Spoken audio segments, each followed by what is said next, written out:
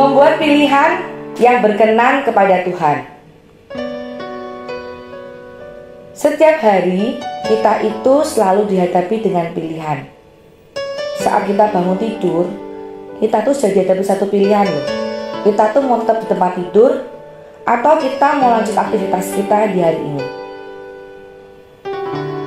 Kita punya pilihan itu banyak sekali karena kita hidup. Karena itu hidup adalah pilihan. Kan ada pepatah seperti itu.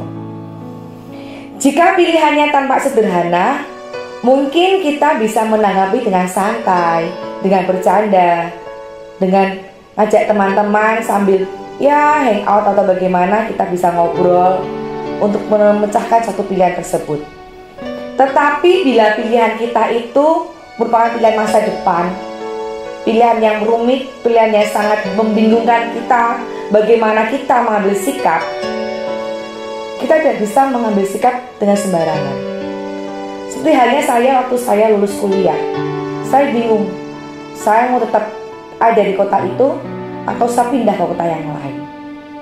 Banyak banget pertanyaan yang ada di benak saya saat itu.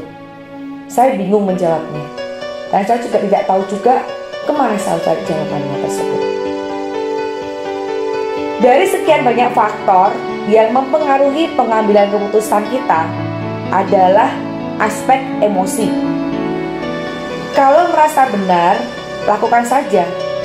Tapi kalau nggak enak, ya jangan dilakukan seperti itu. Pikiran kita itu menyederhanakan kita sedemikian rupa untuk mengambil suatu keputusan. Di dalam Alkitab ada Yeremia 17 ayat 9. Betapa liciknya hati, lebih licik daripada segala sesuatu. Hatinya sudah membatu. Siapakah yang dapat mengetahuinya? Ketika emosi dan keinginan hati menjadi faktor penggerak utama, menjadi keputusan yang kita ambil jauh dari apa yang kita harapkan dan jauh dari apa yang Allah inginkan. Ada satu buku tentang gumulan hidupku. Buku itu ditulis oleh Erika Young, seorang pemimpin dari Senior Exit. Dalam program setahun bertujuan mempersiapkan alumni masuk ke fase hidup selanjutnya. Di dalam buku itu, sang penulis mengajak kita mengevaluasi bahwasannya dalam pertimbangan kita untuk mengambil keputusan. Keputusan yang bijak, keputusan yang menghormati Allah hanya bisa kita ambil, hanya bisa kita dapat jikalau kita itu mempunyai hubungan atau jalinan yang baik, jalinan yang dekat dengan Allah.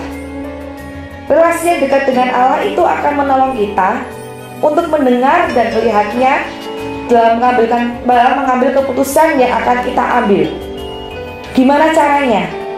Yang pertama, mencari informasi yang detail. Jadi kita di dalam mengambil suatu keputusan itu kita harus memahami apa yang akan kita putuskan, apa yang kita inginkan. Misal ya, kita mengambil pekerjaan di suatu tempat.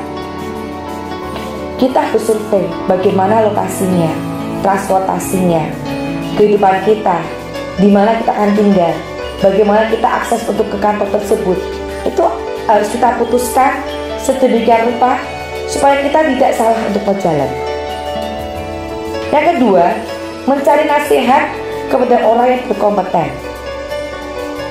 Di Amsal ada berkata, perancangan gagal kalau tidak ada pertimbangan, tetapi terlaksana kalau banyak nasihat. Dari Amsal 15 ayat 22. Misal nih, kayak minggu kemarin kita membutuhkan laptop. Saya membeli laptop karena saya membutuhkan laptop, karena laptop saya jadul dan rusak, tidak bisa hidup dan tidak digunakan. Saya bingung, bilangnya banyak sekali kan merek-merek laptop, apa yang harus saya beli. Saya nggak tahu juga spek-speknya karena banyak banget. Yang kedua, uang, budgetnya terbatas. Saya bergumul sama Tuhan. Tuhan, enaknya saya beli yang mana ya? Saya berdiskusi juga dengan pasangan saya, enaknya merek yang apa. Akhirnya kita ambil merek ini. Karena apa? Nah, itu speknya besar, sesuai dengan apa yang saya butuhkan. Mungkin beberapa orang itu menganggapi perkara itu tidak perlu ditanggapi dengan serius. Tapi bagi saya, menggumuli suatu masalah itu sangat penting. Uang yang Tuhan percayakan padaku tuh harus saya gunakan dengan tanggung jawab, bukan hanya asal untuk keluar aja. Dalam mengambil keputusan, kita perlu nasihat atau masukan dari orang lain yang kita anggap kompeten atau mampu. Tidak perlu lebih tua atau lebih senior dari kita. Kadang juga lebih muda dari kita bisa memberikan masukan yang bagus buat kita. Dan pengalaman yang cukup bisa menolong kita di dalam mengambil keputusan. Bisa juga orang itu bukan orang tua kita, keluarga kita, sahabat kita.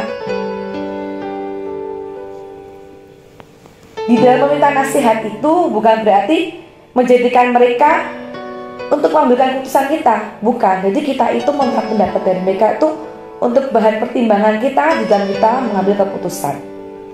Bayangkan saja, bila kita mendapat nasihat dari 2 atau 3 orang, masing-masing akan punya pendapat yang beda-beda. Dari pendapat yang beda-beda itu kita rangkum, semuanya kita ambil yang baik-baik untuk mengambil suatu keputusan. Karena pasti akan kita bingung jika kita multi ketiga-tiganya.